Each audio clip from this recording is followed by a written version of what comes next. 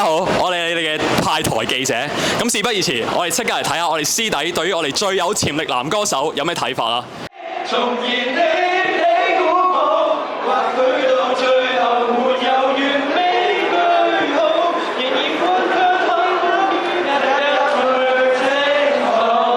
喂，師弟，哇！起身先，係啊，好啊！睇完條片之後，你哋覺得佢哋有咩睇法？我覺得佢哋好努力。唔知你有冇睇過嗰段片咧？特別的朗誦技巧。哦，我知個明月完美嗰隻啊嘛，係咪啊？我覺得係佢哋唱歌咧感情好豐富，我見到佢哋嘅熱情喺度咯。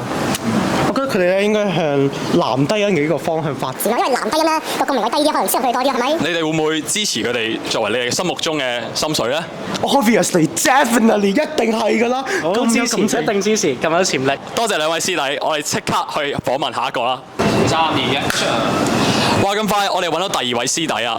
我哋即刻嚟睇下佢哋對我哋第二位最有潛力候選人陳卓賢有咩睇法啦。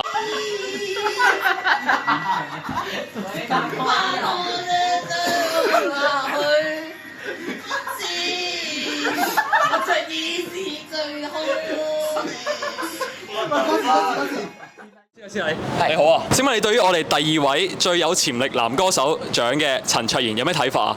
我想問嗰首係咩歌嚟㗎？嗰首歌係張敬軒嘅《天涯》，嗰首歌係張敬軒嘅《冥丁天使》啊！我作為張敬軒嘅狂熱粉絲，我聽唔出嗰首係《冥丁天使》喎。但係我覺得佢嘅叫聲好凄厲，非常之適合首歌嘅意境。咁你覺得佢有冇資格去勝任呢一個最有潛力男歌手獎呢？我覺得佢有少少張敬軒同姜濤合埋一齊嘅感覺。張敬軒同姜濤咪真係用力數？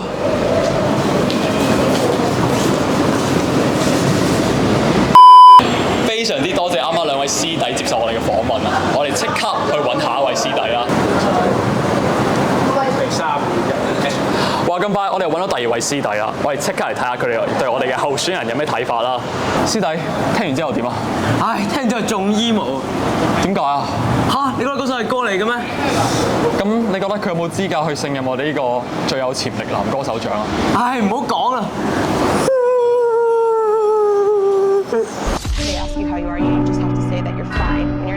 Action！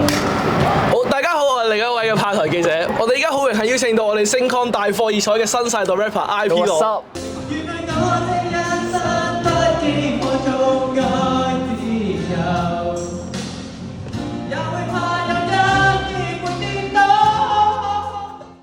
咁睇完我哋最有潛力男歌手候選人黃俊軒嘅片，你有啲咩想講啊？我會話，我覺得佢都唱得唔錯嘅，不過就係差我少少咁多嘅啫，真係嗰少少。我會覺得9分啦，9分係好值得佢呢個演出嘅。10分9分都唔錯啊！咪住先，錯啦，唔係10分滿分。對我嚟講，100分先係滿分。我追求 perfect 嘅。咁請你示範一下100分係點嘅喎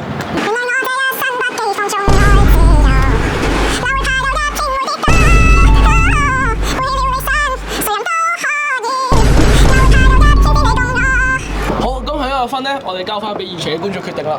咁多謝我哋新世代 rapper IP 羅接受我哋嘅訪問啦。好，之後交翻俾現場。